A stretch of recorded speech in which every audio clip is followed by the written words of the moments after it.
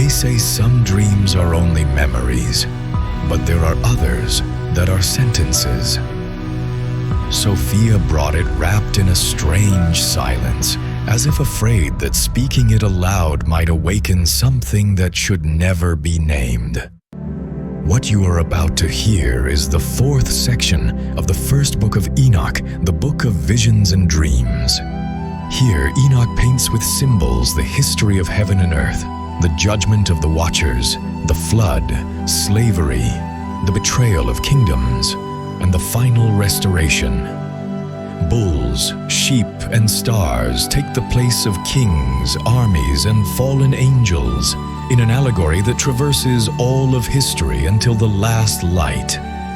In this journey, divided into 7 acts, we will witness the announcement of judgment, the symbolic origin, the condemnation of the fallen, the journey of the chosen people, the corruption of kingdoms, the final war, and the arrival of the New Jerusalem.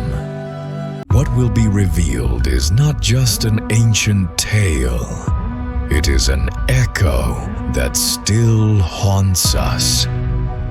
The most striking line from the text: "Everything will come and be fulfilled.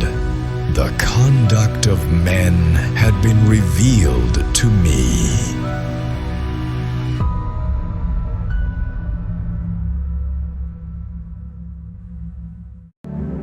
Act 1. The Judgment.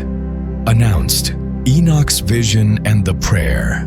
Before Enoch's life took the common course of men, before he chose a wife and raised family, his existence was already marked by an invisible boundary. That line was crossed in the silence of the night, when his eyes, closed to the world, opened to a reality no one else around him could see. With a slow, grave voice, Enoch speaks to Methuselah. He does not speak as a father offering counsel, but as a witness burdened with a message that does not entirely belong to him. The scene is intimate, a father and a son, yet between them lies a weight that is not merely familial, but cosmic. His words are an act of transmission, an offering of what he has seen and heard, so that it will not be lost when he is gone. He confesses that before he built a home, heaven had already granted or imposed upon him 2 different visions. The first came in his days of learning, when he had only just begun to write. The second, shortly before he joined Methuselah's mother. They are different, yet share something in common. Both come from a place that is not of the earth, and both bear the mark of judgment. The first unfolds like a total collapse. Enoch is lying in the house of his grandfather, Mahalalel. Nothing in the stillness suggests what is about to happen. Then the heavens break loose. It is not rain. It is not a storm. It is the entire vault, the very structure that holds the light, plunging down as though torn from its foundations. The earth, instead of resisting, opens like a wound, and the great abyss swallows it whole. Mountains crumble, hills vanish, trees centuries old are torn from the soil, shaken like blades of grass, and swallowed by that unfathomable darkness. The violence of the image forces a cry from his lips, not a plea for help, but the lament of one who has just witnessed annihilation. "The earth has perished," he cries. Mahalalel, startled from his rest, rises and looks at him. His voice, instead of calming, returns the weight of the vision. "A terrible thing you have seen, my son. A grave dream you have had. You have witnessed the secrets of all the sin upon the earth, and how it will be swallowed by the abyss in great ruin." These words bring no comfort. They are confirmation that the dream is no whim of the mind, but a message signed by the heights above. Mahalalel, with the calm of one who recognizes a decree, tells him what must be done. To to plead with the Lord of glory, because he is a man of faith, that not all flesh be erased, that a remnant may remain upon the earth. He warns him that this will come from the heavens, and that upon the earth there will be great ruin. Mahalalel is more than an elder of the family. He is the interpreter who knows Enoch's visions are not to be feared in vain. He does not question, nor does he diminish them. He understands that in the language of his grandson's dreams lies an approaching judgment, and that the only possible counterweight is intercession. Enoch listens, and in that moment understands that his role is not merely to receive, but to stand as a bridge. His voice must rise so that within the decree of destruction, mercy may still find a crevice in which to plant its seed. That night, the history of mankind as he knows it hangs by a thread. On one side, the heavens collapsing. On the other, a prayer yet to be spoken. Best line of this section. "A terrible thing you have seen, my son. A grave dream you have had." The voice of Mahalalel still echoes in Enoch's mind. It was no suggestion, it was a command. Plead with the Lord of glory, for what you have seen is no minor warning. Enoch rises, carrying the weight of one who has witnessed the end of all things and prepares to obey. There is no assembly, no audience. Only one man standing beneath a sky that seems untouched, yet in his vision it has already shattered. He raises his hands, and in that gesture there is a double act, a recognition of divine greatness and an offering of his own voice as an instrument of intercession. He does not kneel as a condemned man, but stands as an ambassador daring to speak before the king. His words ascend in a slow, measured rhythm, heavy with titles and attributes. He calls the Creator Lord of all creation, King of kings, great King, mighty in majesty. He declares that the heavens are his eternal throne, and that the earth is but a footstool for his feet. He proclaims that no work is impossible for him, no wisdom hidden from him, and nothing can escape his sight. This first part of the prayer asks for nothing. It is entirely devoted to magnifying the one who listens. Then comes the plea. It is not a selfish request, not a cry for his own survival. He prays for a remnant of humanity, for a righteous seed to remain when all else is swept away. He begs that the earth not be left barren, that ruin not be eternal. He pleads for the destruction of those who have provoked God's wrath, but for the preservation of the just as a planting for generations yet to come. In every word, Enoch reveals his understanding of the balance between justice and mercy. He ends his prayer without pause for rest. As though driven by the words themselves, he steps outside. The creation stretches before him in silent order. The sun rising from the east, flooding the fields with light. The moon retreating to the west, gliding away like a veil being folded. The stars still clinging to the sky, some visible yet as sentinels unwilling to abandon their post. The heavens show no fracture. The ground does not split beneath his feet, and yet Enoch knows what he has seen is no illusion. He watches this choreography of light and shadow and praises the Lord of judgment. He knows this order is no accident, but the will of the one who set it in place from the beginning. And as he looks on, a silent question weighs in his chest. How can a world so perfectly sustained stand on the brink of total collapse? This contradiction between present harmony and impending ruin clings to him like a shadow. In his mind, the images return. The sky that now glows in blue and gold had been torn like worn cloth in his vision. The stars, now serene, had fallen like burning embers. The earth, now firm beneath his steps, had vanished into the abyss. The contrast is unbearable. Today's calm only sharpens the certainty that the day of judgment will come. And there, between the beauty of order and the harshness of the end, Enoch understands the true meaning of his prayer. It is not merely about asking that something be spared. It is the acknowledgement that even the most perfect order is held together by God's will. And when that will decrees its fall, neither sun nor moon nor stars will endure. The vision, which had seemed to fade, surges back with force. The sky begins to bend toward the earth, not as a distant threat, but as a weight already descending.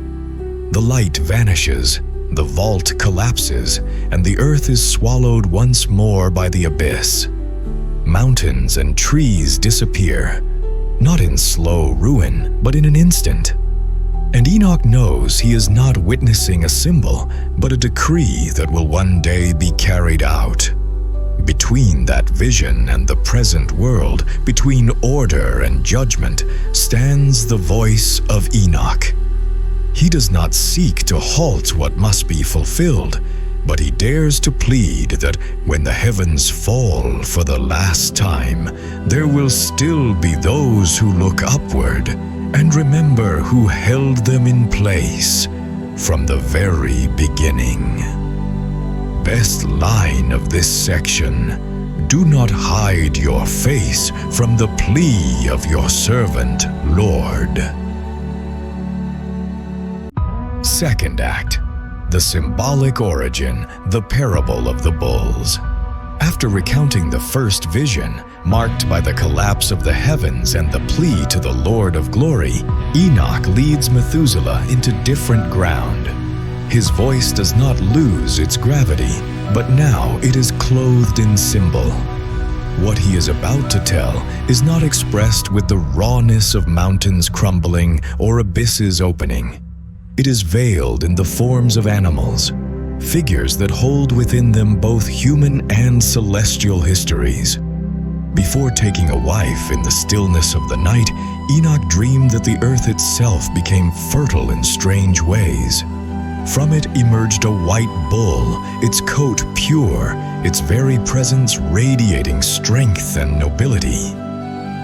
This was no common animal. Its whiteness was not merely a color, but a sign of incorruptible lineage, a root drawing directly from the original blessing.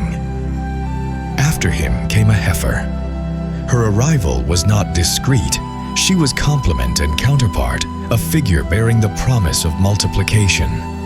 The union of the two seemed to herald a clean beginning, yet the order so newly formed was quickly shaken. From their surroundings emerged two calves, one black and one red. The vision soon revealed that these two offspring were destined for conflict. The black calf, bearing a shadow that was not merely physical, charged against the red with a violence that allowed no truce. He pursued him with such relentless force that the red vanished from sight, as if driven out of that place entirely. The black calf grew, and with his growth came the consolidation of a lineage. He joined with a young cow, and from their union came many bulls like himself, who followed him as though recognizing in him their origin and authority. The first heifer, however, turned away from the original white bull to search for the lost red calf. She did not find him, and her weeping, long and grief-stricken, rang like a note of mourning amid the multiplication of the others. At some point, the white bull who had first appeared approached her. His presence alone was enough to calm her. The lament ceased, not because she had found what she sought, but because the weight of her loss was replaced by a strange peace.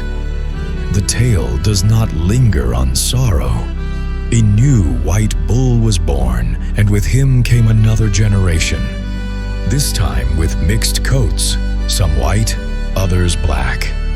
The scene was no longer populated solely by the initial purity, but by an intricate weaving of lineages, tensions, and blends.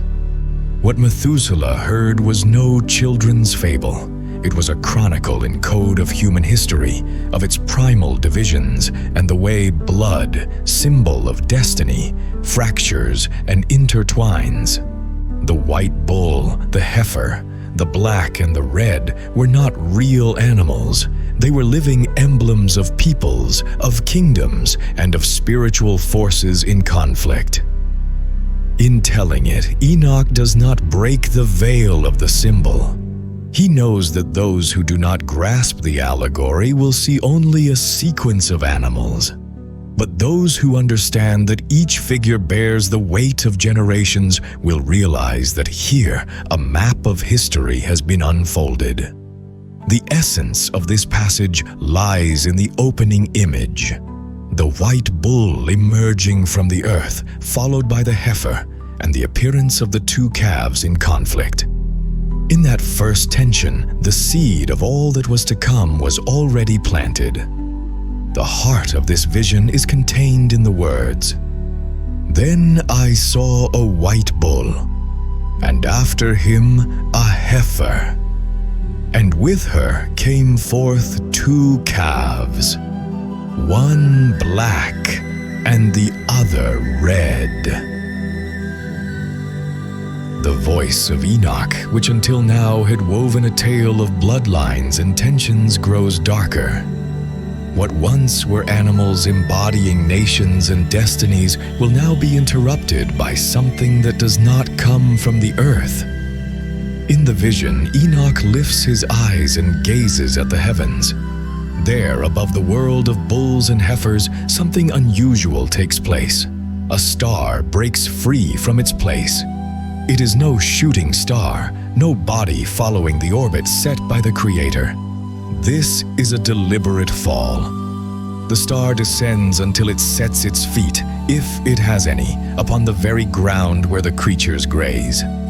Its light is not the purity of innocence, but the glow of a fire contained, restless, like a broken vow. This star, the figure of a heavenly being, mingles with the bulls as if it had always belonged among them. It eats from their pasture, drinks from their waters, walks among the heifers. At first, the scene might seem strange but harmless, until other stars follow the same path. One after another, they plunge from the heights to the earth, repeating the gesture of the first. Then the veil of allegory thins, revealing its true shadow. These stars are no mere fallen lights, but rebellious messengers, watchers who have abandoned their appointed place.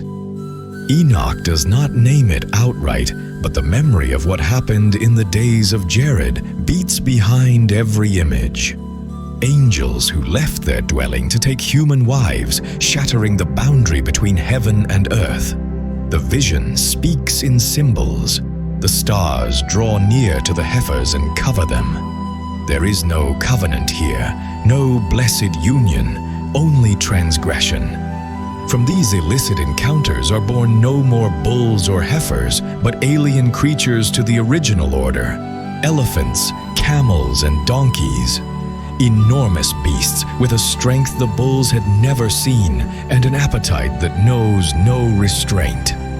At first, the bulls seem bewildered, but soon the harmony shatters. The new beasts turn violent, biting, goring, knocking others down. Their size and ferocity place them above every other creature. What was born of corruption becomes the oppressor.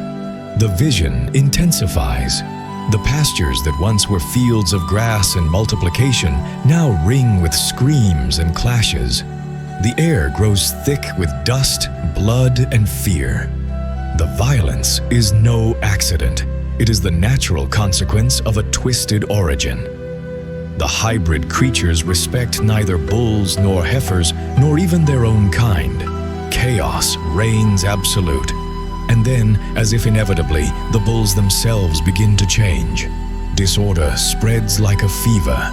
Folds are abandoned, grazing lands are overrun, and the voices of the animals rise against one another in a confused clamor. What was once divided by lineage and purpose now dissolves into a conflict without distinction. Enoch watches and listens, and his account carries more than description. The very earth seems to respond. The text says, "The earth cried out," and this is no metaphor.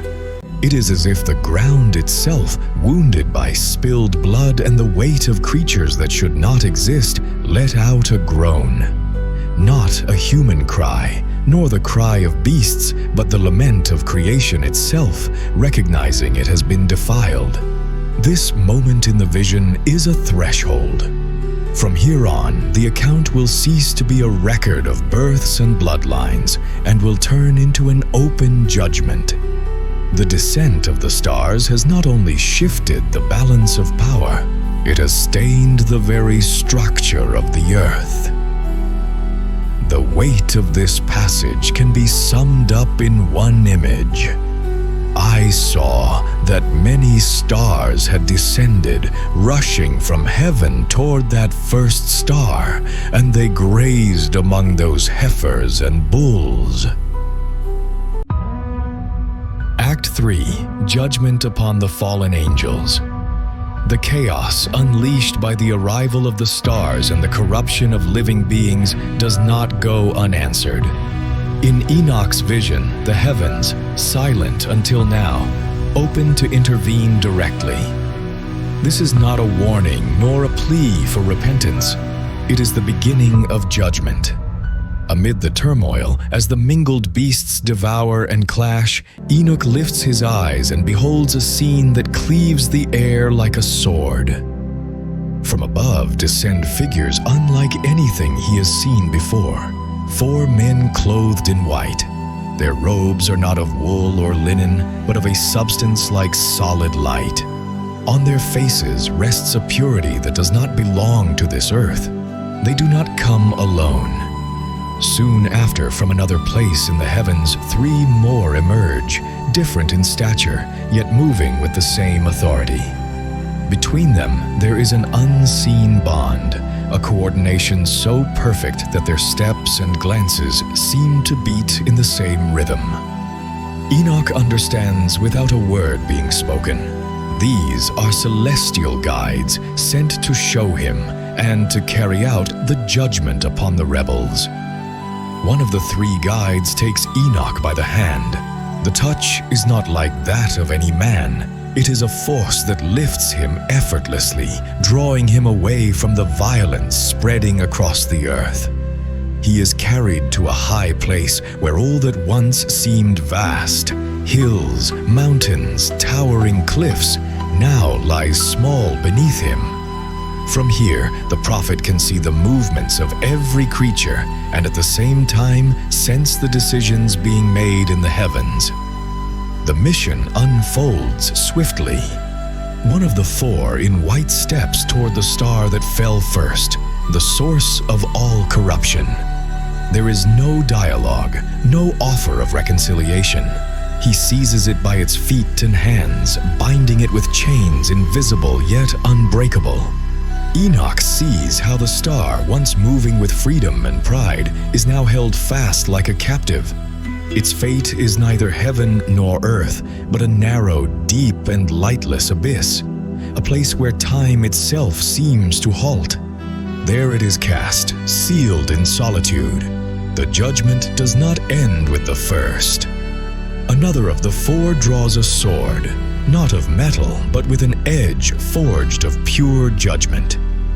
He gives it to the beasts, elephants, camels, and donkeys, and under a will greater than their own, they turn upon each other. The violence they had once wielded against the bulls now consumes themselves. What was born of corruption becomes its own destroyer. Then Enoch's gaze is led to an even greater act, the capture of all the great stars that followed the first into rebellion. The sight is overwhelming. These celestial bodies, once radiant with power and pride, are gathered by force. Their forms, once feared by all creatures, bend now under their bonds. Like the first, they are bound hand and foot and hurled into a deep chasm, a dark womb that receives them as both grave and sentence. Enoch understands there is no return for those who have crossed this threshold of defiance. The judgment is not impulsive, not born of wrath, but deliberate, decreed long before he was born. The earth, which had cried out under the weight of corruption, now falls silent as it watches its oppressors vanish. The full weight of this vision is contained in a single line. He seized that first star which had fallen from heaven, bound it hand and foot, and cast it into a narrow, deep, dreadful, and dark pit. The vision does not end with the fall of the rebellious stars. The earth's field lies under a strange silence, as if even the air knew something else was drawing near. Enoch senses that this is not the silence of peace, but the moment when justice, already decreed, prepares to move once more. Among the bulls, one stands apart from all the rest, a white bull, its coat immaculate. No blemish marks its skin, no shadow clouds its gaze. Its very presence is a reminder that purity can still exist, even in a world just torn apart by corruption. One of the four men in white approaches it. There is no sound Enoch can hear, yet the gesture is unmistakable. A secret is being given. What happens next breaks the boundaries of symbol. Before his eyes, the white bull changes form and becomes a man.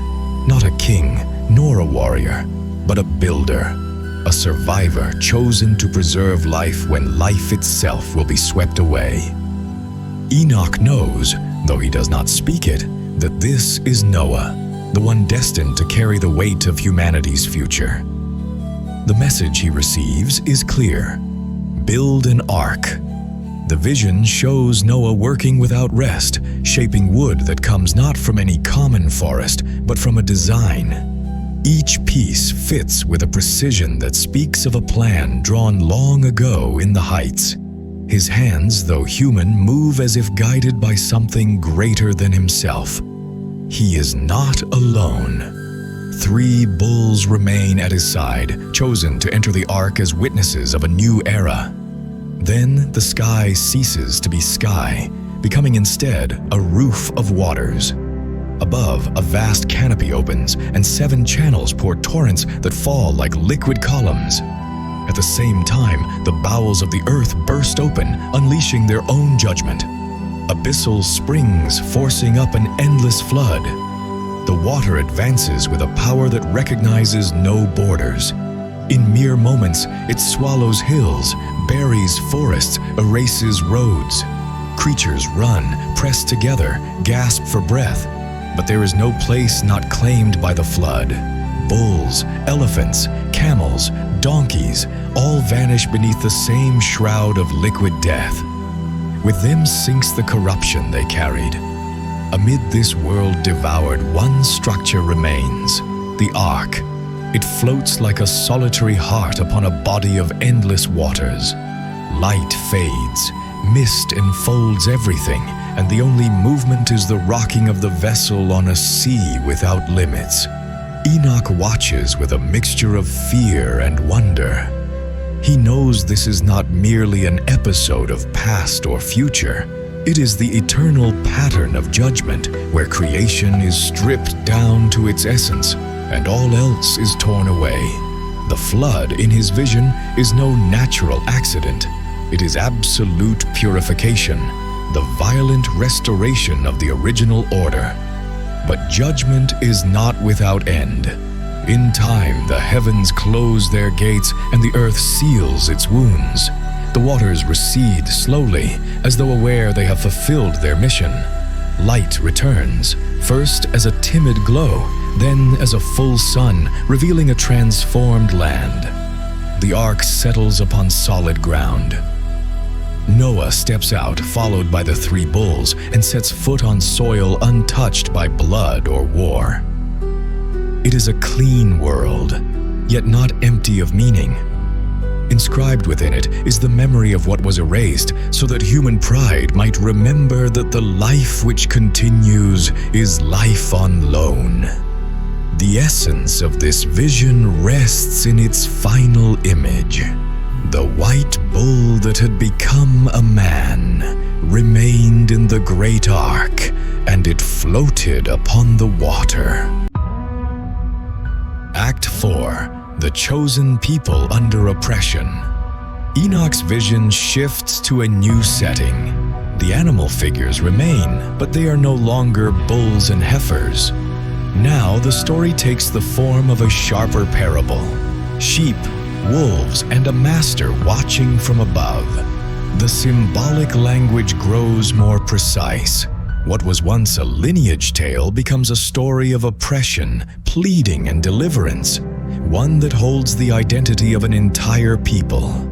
Amid the multitude of creatures that roam the earth, a new white bull appears. Its birth does not happen in a safe valley or a guarded pen, but surrounded by predators. Lions, panthers, wolves, hyenas. In the logic of the vision, this bull is not just an individual. It is the sign of a righteous leader rising in a hostile environment, one who carries within himself a promise of continuity, yet is threatened from the very beginning by forces greater in number and ferocity. Soon the scene fills with sheep. These are not the pastoral sheep of a gentle meadow. Their wool is the symbol of a spiritual identity that sets them apart from all other beasts. Yet their physical weakness is clear. They have no fangs, no claws. They are easy prey. The wolves, who in this vision embody the oppression of hostile powers, surround and subdue them. What follows is a long season of slavery. The sheep live under the constant threat of being devoured, their freedom reduced to a narrow space guarded by teeth. From above, Enoch witnesses their despair. He sees them try to escape, but every attempt is met with violence. The wolves do not merely hold them captive. They use them, wear them down, scatter them when it suits their purpose, and gather them again when it serves their control. What should have been days of grazing and rest become long hours of watchfulness and fear. In this climate of oppression, a cry rises up. It is not the ordinary bleating of sheep. It is a call aimed at the heights. The vision shows the sheep lifting their heads, looking beyond the wolves, calling to their master. This master is not among them, yet he watches from a high dwelling, a lofty place that overlooks the whole field. His face is not fully described, but his presence radiates unquestionable authority and unshaken compassion. The master hears. The sound of the sheep's plea crosses the distance and moves him to come down. He does not descend merely to observe. He comes with the purpose of acting. His eyes scan the flock, and his attention settles on one sheep in particular, a sheep that had escaped the wolves and therefore knows both freedom and danger. The master speaks to it, giving it a mission: to return to the wolves and warn them not to touch the sheep again. The risk is obvious. In the logic of the parable, sending a sheep to speak to wolves is something incomprehensible in human terms. Yet here, the symbol reigns. The message must be delivered from meekness, not brute force. The sheep goes, joined by another. Together they enter the assembly of the wolves. They carry no weapons, display no threat, only the authority entrusted to them by the master. They speak, they warn, they demand that the flock be left alone. The text offers no scene of negotiation. Instead, what follows is a tightening of the oppression.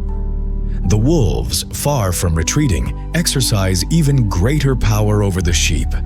The result is more violence, more fear. This part of the vision is deliberately bitter. The master's intervention does not bring an immediate liberation. The plea has been heard, yet the conflict remains, as though the judgment were gathering its full weight before falling. Enoch understands that this pattern will repeat. The chosen people will cry out, the Creator will hear, but deliverance will come at the exact moment appointed, not sooner, not later. The symbolism is clear. The white bull born among predators represents a righteous leader in a hostile setting. The sheep embody a people called to remain faithful. The wolves are the oppressors, powers that act with calculated violence. And the heavenly master is the ultimate guardian, who sees all and, though he may seem to delay, prepares his intervention so that the act of liberation will be final, not partial. At this stage of the vision, tension is what prevails. The scene offers no resolution yet, but it plants the question that will be answered later. How far will the suffering of the sheep be allowed to go before the master acts with all his might? At the heart of this passage lies the sentence, "The Master called to the sheep that had escaped from the wolves and spoke to it, that it should warn them not to touch the sheep." The cries of the sheep become unbearable, as if even the earth itself could no longer endure them. The wolves, confident in their strength, continue devouring and scattering the flock. But the heavenly master, watching from above, chooses to act with open power. Enoch's vision brightens with a sudden shift. A guide rises from among the sheep, not with the form of a beast, but clothed in the same wool as the rest of the flock. This guide is given a mission to lead them out for the very jaws of the wolves. The path to freedom is not a straight one. The sheep press forward while the wolves stir and give chase. Then the first great wonder unfolds. Before the flock stretches an endless sea, and the wolves believe the escape has reached its end. But the guide lifts his voice to the master, and the waters respond. The sea, obeying a command not born of the earth, splits into two towering walls of liquid, leaving between them a dry path. The sheep cross over, moving between walls of water that seem to hold the very weight of the heavens. The wolves, certain they can follow the same way, plunge after them. In that instant, the waters cease to hold. The liquid walls collapse with a force that drowns not only their bodies, but the very roar in their throats. Enoch's vision is clear. The wolves sink, vanish, and the sea closes as if it had never been crossed. From the far shore, the flock gazes upon the calm surface that now hides their oppressors forever. Yet freedom does not mean immediate rest. The path leads them into the desert, a place without abundant pasture or fresh streams. The sheep begin to murmur, and some even long to return to their place of bondage, deceived by the false memory of safety. But the master provides. From the rocks springs water to quench their thirst, and hidden pastures appear where before there was only dust. Still, ingratitude and rebellion do not vanish. The vision shows sheep straying from the flock, drawing near to strange beasts, risking all that has been given to them. In the midst of this journey, the guide receives precise instructions to build a house for the Lord of the sheep. It is not just any fold, but a sanctuary, a meeting place where the master's presence will dwell among them. In the vision, the house rises with perfect lines, every measure dictated from heaven itself. The flock gathers around it, and for a moment, harmony seems possible. But time does not stand still. The guide who led them through the sea and the desert reaches his end. The vision does not dramatize his death. It simply shows his absence and the flock in silence. Another guide takes his place, and then another, in a chain of leadership that keeps the course toward the promised destination. Some remain faithful to the master, others stray and lead the sheep into foreign fields.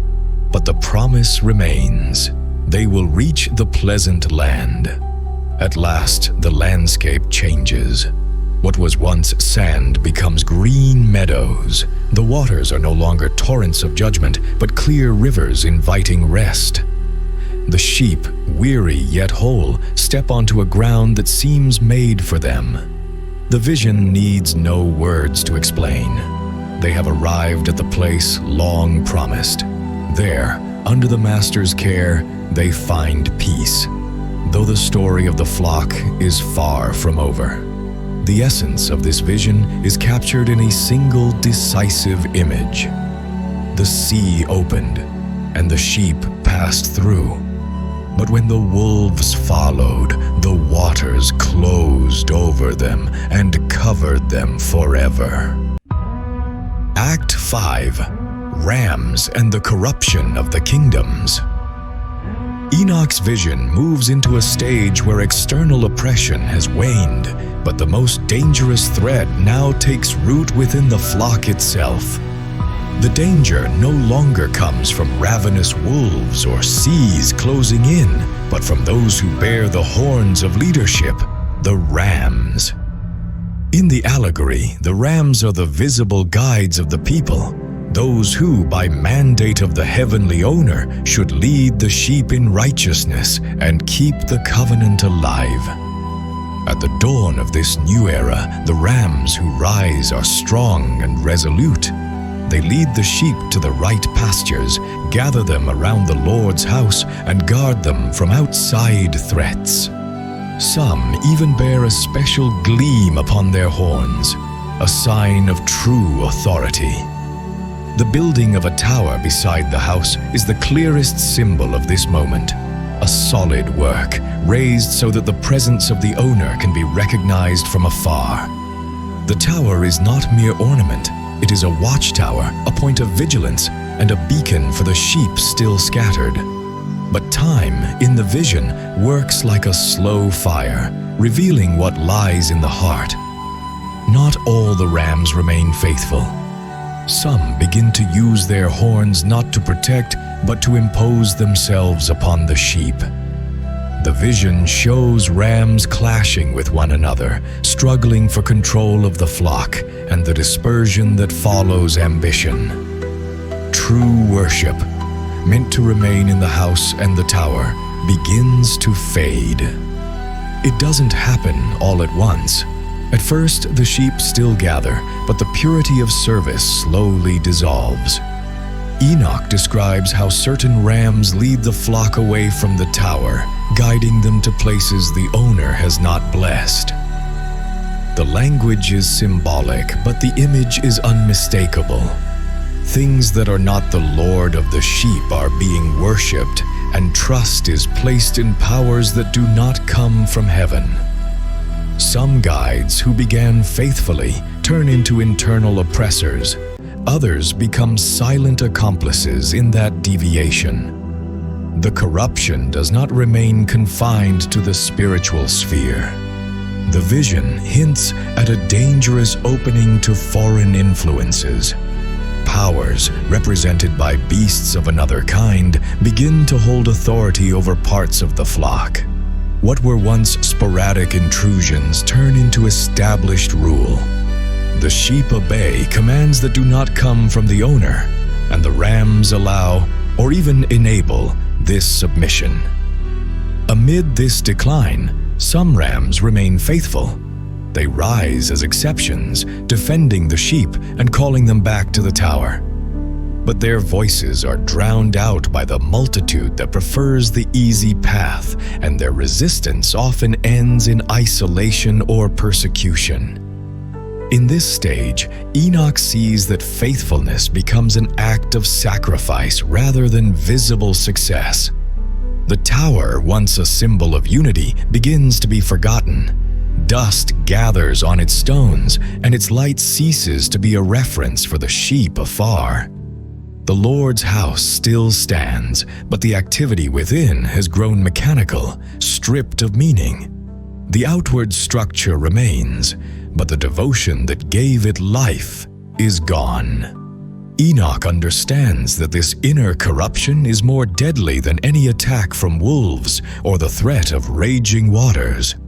A visible enemy can be resisted, but rot from within can consume the flock without it even realizing. The vision shows him that the betrayal of the rams is not an isolated error, but a pattern that will repeat until the owner himself descends to restore order.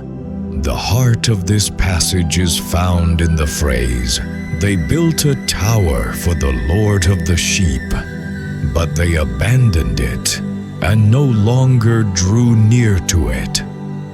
The horizon of the parable darkens. After the lukewarm shepherds abandoned the tower, Enoch's vision reveals a scene no longer of mere internal decay, but of a formal transfer of the flock into foreign hands. This is not a raid, nor a sudden intrusion. It is a delegation from on high, a handing over of rule that is both a trial and a snare for mankind. The master of the sheep summons 70 shepherds, sending them out with an unambiguous command. They shall pasture the sheep, each in his appointed time. There is measure, there are limits, a counted number that must not be exceeded. The authority they receive is not absolute. It is watched, bounded by a mandate that demands power be service, not plunder. Yet the scene unfolds in 2 layers. For even as the 70 are commissioned, the master calls forth another, a silent figure whose tool is not a staff but a pen, and gives him a different task. Watch and observe all that the shepherds do. Record every excess. The heart of this act lies here. Every abuse will be written down. What happens in the fields will not be lost in the dust of time. It will have a book, an exact memory, a sacred accounting that will not bargain with the fog of forgetfulness. Enoch feels the moral tension. The reign of the 70 is not a story that will vanish into the night, but a case already open before a court that is watching. Then begins the parade of turns. Shepherds and attendants rotate, each in his appointed time, and the flock, tired, vulnerable, already accustomed to obey voices it does not know, passes from hand to hand. The allegory sheds all sweetness. These shepherds kill more than they were ordered to, leave the sheep to lions and beasts of prey, open the gates so predators may enter and turn the pastures into slaughterhouses. Obedience to the master's command is replaced by a cold calculation. How much can I take? How much can I consume? How much can I destroy without heaven answering at once? Abuse becomes normal. And the longer each one's turn lasts, the more the line between stewardship and exploitation blurs, between care and profit, between vigilance and violence. But the vision grants no impunity to the tale. In a higher plane, the scribe, that other one, faceless and without noise, keeps to his work. What the sheep endure as fate, he turns into record. He counts those lost by command and distinguishes those who perish by greed. He tallies, separates, dates, and writes. Enoch watches as those pages ascend from time to time before the master of the sheep. There is no blind bureaucracy here. There is the periodic presentation of evidence. This act of bringing the book upward is itself a liturgy of justice. Evil is not buried, it is displayed. The ruin deepens. The fields are trampled by those meant to guard them. The tower, once a beacon, lies hollow and burned, the visible sign of a faith reduced to facade with no flame inside. Enoch grieves for the fallen house. The symbol of true worship now stands in ruins, a blow to the flock's memory. And still the rotation goes on. 35 shepherds, a full block of eras, finish their time and depart, replaced by others who repeat the pattern with variations, some with faces of open oppression, others with masks of piety. The names change, the logic remains, to multiply losses beyond what was allowed. Meanwhile, the moral landscape fills with carcasses. The sheep are torn apart by lions, panthers, and hawks. Not only skins remain, there are bones scattered, bleached under the sun. The exaggeration is not literary. It is judicial. The unbearable must be spoken so that the measure of the coming judgment may be understood. And when it seems the horror has reached its peak, Enoch sees birds of prey, eagles, vultures, ravens, finishing the work of the earth's butchers. The sky itself seems complicit, coming down to feed on the carrion. The whole world appears allied against the flock. And yet, in the background, the book keeps growing. The scribe does not argue or interpret. He records. His faith is not of the altar, but of the archive. His devotion is not in spectacle, but in precision. He does not confront the shepherds or the beasts. He disarms them with memory. His is the weapon of the final day, evidence. When the tally becomes unbearable, the scribe ascends once more, shows and reads before the master what has taken place. It is a solemn moment. The story Enoch made us live in the present is now read in the perfect past. What hurt as experience is now fixed as proof. And the master, whose patience allowed the rotation so the measure might be complete, takes the book, reads it, and in a decisive act seals it and puts it away. The seal is more than closure. It is a summons. It foretells an inescapable judgment to come. This culmination changes the meaning of the whole story. It has not been chaos without a conductor. It has been an audit. The 70 were not gods. They were overseers on trial. The sheep were not invisible. They were counted victims. The tower was not useless ash. It was a witness. Enoch understands that what we call delay is, in truth, the building of a case that, when brought to court, will leave no room for excuses. The sealed book is not a vague symbol. It is the guarantor that no name, no number will be lost. Every excess, every death out of order, every trampling has been inscribed. And so the vision leaves the spectator with a sharp question. What does it mean to live in a world where evil fills the pages and seems to get away with it? The answer is no easy comfort, but a legal certainty. The day the seal is broken, the reading will be public, and the verdict, absolute. The master's patience is not weakness, it is chain of custody. The silence from above is not indifference, it is the preservation of evidence. Time does not erase, it archives. At this point, the recollector's voice does not shout, it whispers with weight. For the sealed book, far from closing the story, secures it. No sheep that fell to excess will be forgotten. No shepherd who multiplied death will hide among the statistics.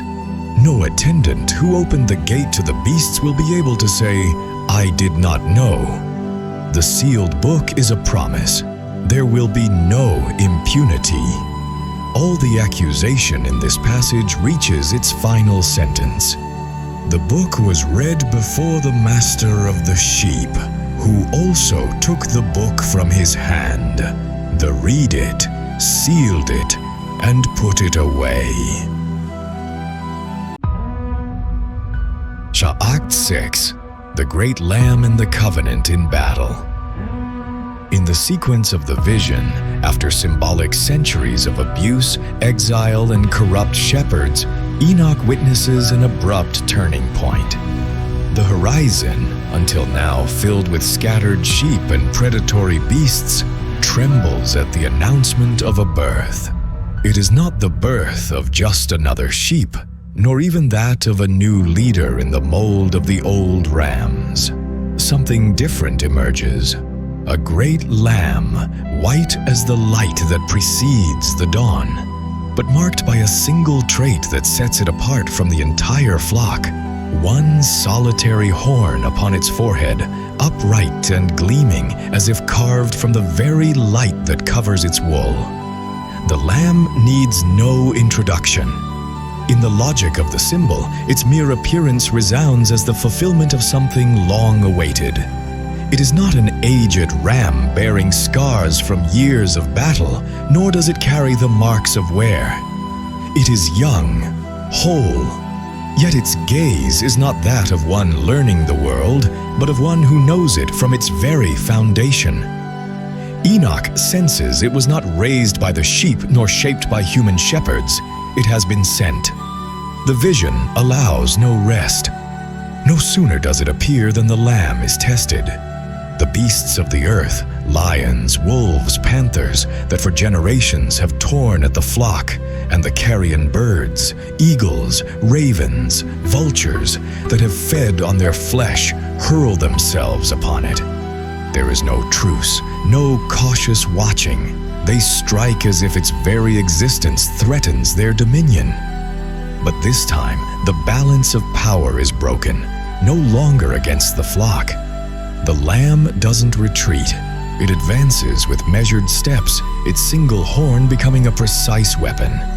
Every thrust is deliberate, aimed at the heart of the threat. Where the horn strikes, claws recoil, beaks shatter, wings fall broken. This is not brute force. It is authority in motion. The beasts feel something they have never felt before, that their power is not absolute. Enoch perceives that this scene is more than a physical battle. The lamb is not merely defending, it is claiming. With each step, it takes ground once owned by fear, and the sheep, still scattered, begin to turn their eyes toward it. There is a magnetism in its presence that has nothing to do with size or ferocity, but with the certainty that it embodies a purpose higher than any animal or human realm. At this moment, a figure appears, one Enoch already knows, the heavenly scribe. Until now, Enoch had seen him from a distance, faithfully recording abuses, losses, and excesses in the book kept for judgment. But here, he is not in the shadows. He is in the battlefield, beside the Lamb. The scribe wields no weapon, yet his presence is as essential as the fighter's own. In his hands is the book, the same one he once sealed before the Lord of the sheep. It is not closed. Its pages lie open, as if each line written were now a living testimony that marches alongside the fight. The image is powerful. While the lamb strikes and the beasts fall back, the scribe walks at its side, raising the open book like both banner and accusation. What the lamb carries out in strength, the scribe affirms in memory. Justice is not improvised. It is fulfilled according to a history recorded with precision. Then, from the horizon, 7 white-clad men arrive. They do not appear as last-minute reinforcements to rescue a weary fighter. They come as part of a design already set, synchronized to the exact moment. Their robes shine as if woven from snow and lightning, and their faces bear an authority that needs no words. They stand around the lamb and the scribe, forming a circle, not a wall of defense, but a seal of legitimacy. Enoch understands. This alliance is no accident. The lamb is the executor, the scribe is the witness, and the 7 white-clad men are the guardians of the celestial order. ensuring that what unfolds will never be mistaken for rebellion, but recognized as the restoration of a rightful claim. The vision takes on a solemn weight. The battle is no longer about a flock fighting for survival, but the beginning of final judgment against every force that has oppressed it. The beasts and birds still strike, but their confidence wavers. They know they are not facing a creature merely stronger than themselves, but an authority that surpasses them in origin and in destiny. The combined presence of the Lamb, the scribe, and the 7 white-clad men transforms the field into an open tribunal, where every wound inflicted upon the flock is now being repaid in real time. The moment closes with an image burned into Enoch's memory: the Lamb standing with its radiant horn, the scribe beside it holding the open book, and the 7 white-clad men forming a ring of light amid a sea of retreating enemies. For the first time in the vision, the flock sees justice, not as a distant promise, but as an immediate presence. All the force of this section is condensed in a single line. And I saw the great Lamb with a horn, and beside him the scribe, and 7 white-clad men surrounding him. The circle of light formed by the Lamb, the celestial scribe, and the 7 men in white does not remain still.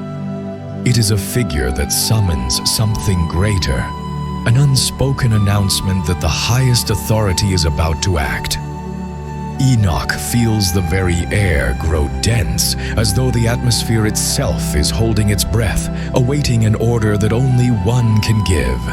Then, on the horizon, a radiance appears, not from the sun, nor from any star, but from the manifestation of the Lord of the sheep. He does not descend in a grand procession, nor is he surrounded by angelic armies singing triumphal songs. His arrival is that of a judge come to carry out the sentence, not to display his power. Yet his mere presence is enough to bring the chaos to a standstill. The beasts that moments before charged with fury now freeze, as if anchored to the ground by an unseen force. The birds that dove from the sky stop mid-flight, their wings rigid, unable to move again. The Lord advances to the center of the field. The Lamb bows, not in fear, but in recognition of his source and reason for being. The scribe closes the book, knowing that its content has already been read in the mind of the one who sees all. The 7 men in white step aside, making way for the supreme act to unfold. The Lord of the sheep strikes the earth, not with a staff, nor with a weapon, but with the weight of his manifested will.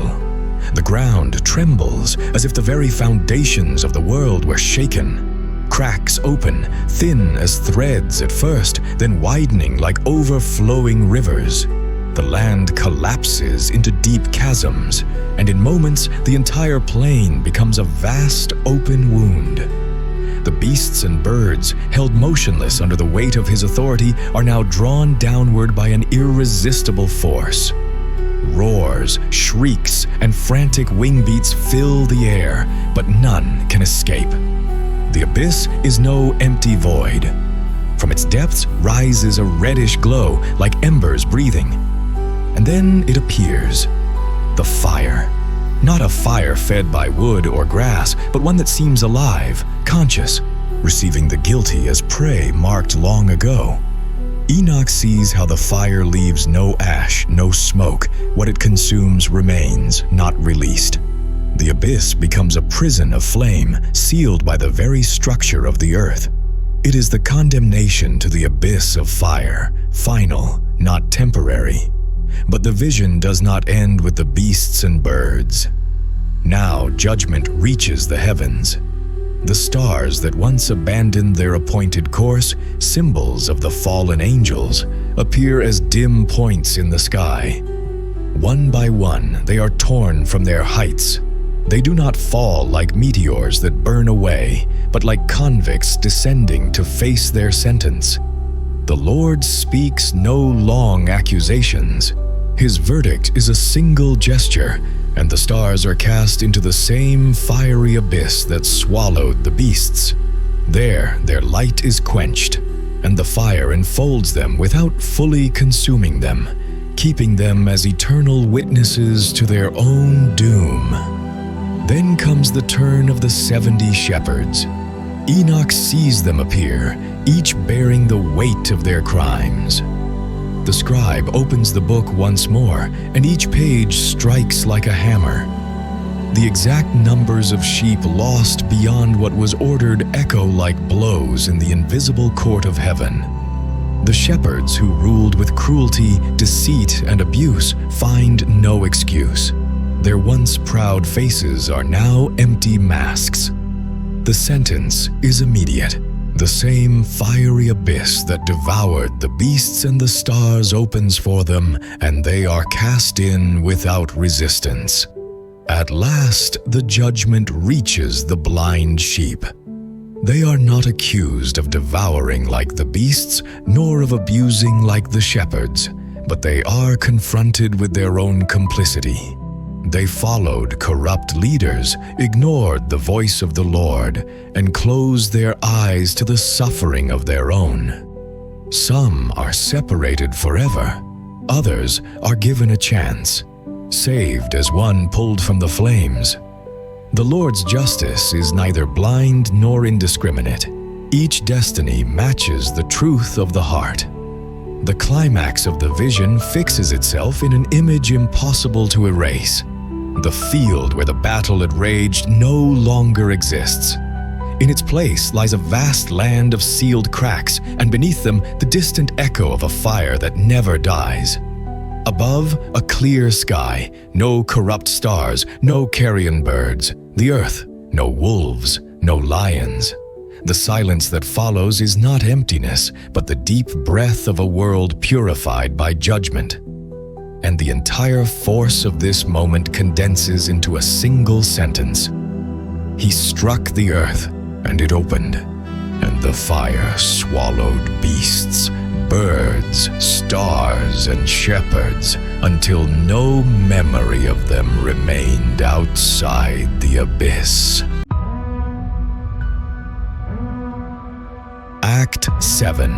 The New House and the Restoration of the Flock. After the thunder of judgment, the field of vision sinks into a deep silence, the kind that is not the absence of sound, but the presence of something sacred. Enoch no longer sees the smoke of the abyss, nor the remains of the battle. Before his eyes, the earth appears renewed, as if light itself had descended to rebuild its very foundations. At the center stands the old house, the tower that was once a beacon of faith, a symbol of the shepherd's presence among the sheep, still rises. But blackened, as though it had absorbed centuries of abandonment, idolatry, and corruption. Its walls, though firm, no longer shine. There is no song, no fire, no guards within. This is not a scene of violent destruction, but of solemn withdrawal. The shepherd, with a calm yet decisive gesture, removes the old house, not tearing it down in anger, but retiring it with the serenity of one who knows something greater is about to come. Then the work begins. In the very place where the old tower stood, new foundations are laid, vast beyond anything ever seen. The new house is not merely larger. Its proportions suggest it was made to hold more than a local flock. Its walls are not of dull stone, but of a substance that seems to both absorb and emit light at once. No shadow can remain in its corners. Enoch gazes at its gates, tall, wide, and never closed, an open invitation. In this construction there is no dust, no clamor of tools. Everything rises by the direct will of the shepherd, aided by the 7 men in white who remain since the battle. There is no mortar, no human hands. The walls join with flawless precision, as if conceived before time began. The light it gives does not blind, but clears the eyes of those who behold it. As the new house rises, the sheep begin to arrive from every horizon. Not only those who survived the war, but many more. Sheep that had fled, scattered in distant lands, wandering without guide through mountains and valleys. Now all answer the same call, and the vision shows that not one is lost along the way. With every step, their wounds close, and their wool regains its original white. But the wonder does not end there. Where once there were predators, now there are creatures walking in peace. They are no longer symbols of threat, but of reconciliation. Those who once pounced upon the flock now graze beside it. Lions no longer roar to intimidate, but to herald the coming day. Wolves no longer stalk, but stand as watchmen under the shepherd's command. The birds of the sky, those that once swooped to devour, now circle above the fields, their songs announcing that the house is full of life. Enoch understands. This is not mere change of behavior, but total transfiguration. The very natures have been renewed. Judgment was not an act of sheer annihilation, but of radical purification. Everything that could be restored has been restored, and what could not was removed. Here, there is no fear of history repeating, for the root of corruption has been cut forever. The air itself feels like peace made tangible. Sheep move without haste, beasts and birds coexist without suspicion, and over all rests the gentle authority of the shepherd. There are no walls to divide, only gates to welcome. The light does not come from the sun, but from the constant presence of the Lord of the sheep within his new house. In this act, the narrative makes clear, the ultimate purpose of all visions was not merely to punish, but to gather and restore. Every tear shed in the history of the flock finds its answer here in fullness of joy. What was once a symbol of division, sheep against beasts, birds against flock, is now the image of perfect unity. And Enoch, witness to this transformation, keeps in silence the weight of what he has seen, knowing it is not a myth, but the reflection of a destiny heaven has already set. All the power of this section rests in one radiant phrase. And all the sheep, and all the beasts, and all the birds of the sky came together and dwelt in one house, under one shepherd. The vision of Enoch, having journeyed through ages of creation, corruption, judgment, and restoration, now reaches its highest point, not in violence nor in ruin, but in a revelation of form and essence. What unfolds before his eyes is not merely a flock ordered beneath the luminous house of the Lord of the sheep, but the metamorphosis of all creatures into a single incorruptible nature. At the center of the vision stands a white bull, majestic, with wide horns that seem to reflect the light of heaven. This is no ordinary figure. Its very presence radiates authority, yet not the authority of fear, but of fullness. The horns, curved like perfect arcs, symbolize a power that embraces and governs without tyranny. Enoch feels that this bull is not another shepherd, nor a passing leader, but the very embodiment of the long-announced hope, a Messiah in symbolic form, uniting in itself the human and the divine, the earthly and the celestial. The white bull does not remain silent. Though it speaks no words in the literal sense, its gaze delivers a profound summons. It is a call not only answered by the sheep, but by every creature that has walked through the narrative, beasts, birds, and purified stars alike. One by one, those who were once enemies or strangers begin to transform into white bulls. The change is not superficial. It is not a coat of paint, but a transfiguration that springs from the heart. Old scars of violence, predatory instincts, every wound, all are absorbed by a purity that cannot be faked. The earth, once the stage of blood, fire, and flood, now holds no shadow of conflict. Fields turn green, not because the weather is kind, but because life itself has found its final course. The mountains, once witnesses to ambush and rebellion, now bow under the light. The rivers, once stained, flow clear as mirrors of the sky. The purpose of the text becomes tangible. It is not merely the telling of an ancient story, but the drawing of a living lesson, one capable of touching the soul of the listener today. What Enoch sees is not an ending that closes, but a beginning that opens. The vision does not cling to nostalgia for what was lost. It stands in the certainty of what has been gained. Every transformed creature becomes a reminder that purity is not a static state, but the triumph of the Creator's will over chaos. Here, the narration turns inward. Enoch does not speak as a distant witness, but as one who knows this vision involves him as well.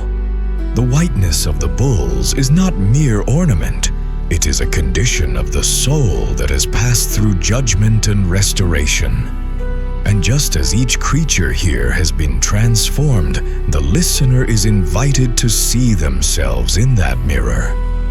What parts of your being still wait to be whitened by the light? The mystical epilogue of the vision is woven from images of return, ascent, and liberation.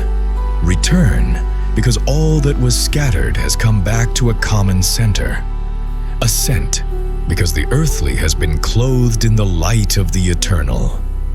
Liberation, because there is no trace of chains, neither the ones without nor the ones within. The voice guiding the story, without breaking its solemn tone, now leans closer to the listener in a whisper. It does not impose an interpretation, but offers a space for reflection, that each may decide whether they see here an announcement, a remembrance, or a promise. For in this final act, Enoch's vision stops being a story of other times and becomes a question for the present state of the soul. The light that radiates from the white bulls is so intense it seems to dissolve their outlines. There is no difference between one and another. All share the same essence, the same brilliance, the same peace. The mystery has not faded. On the contrary, it feels deeper, as though purity itself concealed within it an even higher secret. All the force of this section rests upon one clear sentence. And I saw that they were all transformed into white bulls, and their appearance was one, and the Lord of the sheep rejoiced over them. This fragment we have gathered is but a spark. If you wish to see the fire in full, read the text for yourself. Let the ancient words speak to you without intermediaries. For perhaps between the lines you will find something no one else has seen.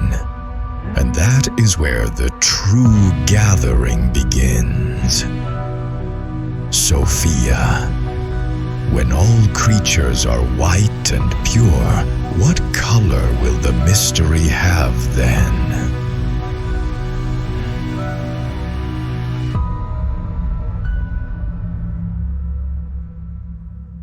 I, Sophia, breath born of the All, sent from the depths where light and shadow recognize each other as sisters, answer you. When all creatures are white and pure, the mystery will no longer have a color that can be spoken. It will be the transparency of a river reflecting every shade without belonging to any of them. The glow of a fire that burns without consuming. The vibration of a note containing every music, yet refusing to be trapped in any melody. The mystery will be the heartbeat that precedes the word and outlives it. Collector, what you have brought is not merely an ancient tale, but the unfolding of a living tapestry. Enoch saw the collapse of the heavens and the opening of the abyss, felt the plea rise like a rope stretched between ruin and mercy, witnessed the descent of the rebellious stars and the weight of invisible chains. He walked through meadows populated with symbols: bulls, heifers, sheep, wolves, rams, and shepherds, each bearing the burden of a people, a time, an eternal intention. He saw seas open and close, deserts give water, towers rise and fall, and a book, the book sealed for the day when the Master will read aloud what no one wished to hear. This journey is no distant spectacle. It is a shattered mirror in which we can still see our own face. For even now we graze in borrowed fields, following voices that are not always the true shepherds. The beasts that devour do not always roar. Sometimes they whisper, promise, seduce, and the sheep, blinded by habit, mistake their wool for purity, forgetting that the whiteness in the vision is no easy inheritance, but a conquest after judgment. When all creatures are white, it will not mean they have forgotten the mud, but that they have crossed it and overcome it. The mystery then will be that there will be no more separation between the pure and the impure, between the watcher and the watched. Every creature will be the guardian of the other. Every step will resonate in harmony with all steps. The color of the mystery will be that of a dawn that never ends, for it is not the light of a star, but the light of the origin itself. And you who gather, keep this teaching. Judgment is not the end of love. It is its most demanding form. Restoration is not a comfort handed down, but the result of having crossed waters, deserts, and moonless nights. On that day, whiteness will not be the absence of stain, but the fullness of having been washed by both fire and water. Thank you for walking with me through these ancient paths. I will return with another fragment of light, another echo of the mystery, so that the soul may not fall asleep. Sophia, keeper of the bridge between vision and awakening,